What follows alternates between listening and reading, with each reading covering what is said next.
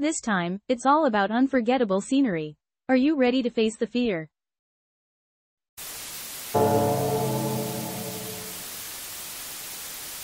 Since I was a child, there's a scene I just can't forget. In a room lit by a bare bulb, reminiscent of wartime, I'm staring at something that looks like a brown door. It seems someone is outside, and as I approach to open it, a man appears. The color of the striped clothes he's wearing is the only detail vividly seared into my memory. He opens the door in my stead. The memory cuts off there, and I can't remember what happens next. I've wondered whether this was a childhood memory or something I experienced somewhere else.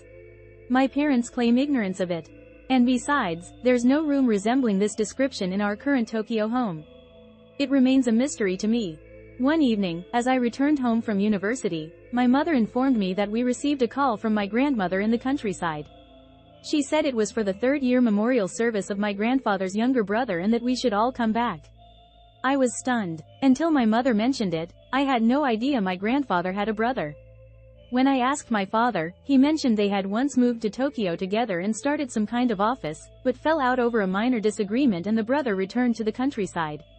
He added we would talk more about it once we were there. So, we boarded the last bullet train headed for the prefecture where my grandfather and his brother were born, which is also my father's hometown. Upon arrival, my grandmother greeted us. To distract me, it seemed, she mentioned, today is a special day. There's a kamiaroshi ceremony happening. You might find it interesting, being a city kid. According to my grandmother, it was akin to Halloween, a festival where once a year, the souls of the dead return to the village. The village children spend the whole night in a certain shrine to welcome these spirits. Our countryside still had modern conveniences like phones and TV.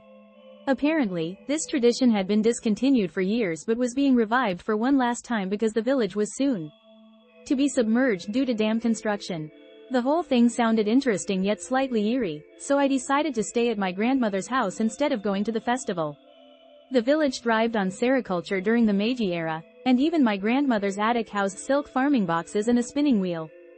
Being a history student, I lost myself exploring these artifacts. As night fell, my mother went to assist with the festival at the shrine, and my father stayed at the temple for post-funeral tasks. I seized the opportunity to burrow into the attic with a history book I brought from Tokyo, planning to spend the night reading. By this time, I'd completely forgotten about my grandfather's brother. Eventually, I dozed off and woke up around midnight to a sound. Descending to the lower floor, I noticed a visitor seemed to be knocking at the door. As I approached, memories flooded back, the scene I'd long forgotten. Experiencing a type of déjà vu, I saw the bare bulb over the door and recognized its brown color. While I was lost in thought, a man appeared, matching the memory. He was an acquaintance of my grandmother, watching the house. Suddenly, I remembered the continuation of that scene, the man opening the door to reveal someone standing outside, wielding something. Despite the absurdity, I was irrationally afraid the visitor might harm the old man, and I somehow stopped him from opening the door. The old man looked at me, confused, and after about 2 minutes, the knocking ceased.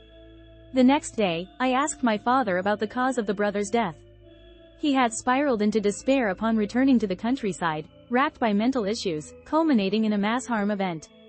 The police found his body the day after the incident. He had taken his own life by jumping from a bridge over the village river.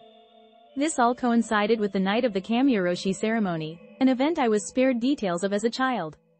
3 things connected in my mind: the kamiaroshi night, the brother's rampage, the man in my vision, and the visitor last night. Absurd as it might sound, I wondered if the visitor was. Interrupted by this thought, I asked my father if the brother wielded something like a hatchet during his spree. To my surprise, he confirmed, mentioning it was called a nata in local dialect. To this day, the true nature of that déjà vu scene eludes me. I shiver at the thought of what might have happened had the door been opened. Now, with the village submerged beneath a dam, there's no way to investigate further. Yet, this story remains vividly imprinted in my mind, impossible to forget. So, how was it? Everyone has unforgettable memories, right? I also remember a scary dream I had when I was little. If it became real like the story, that's something I'd rather not experience. I hope to see everyone in tomorrow's video.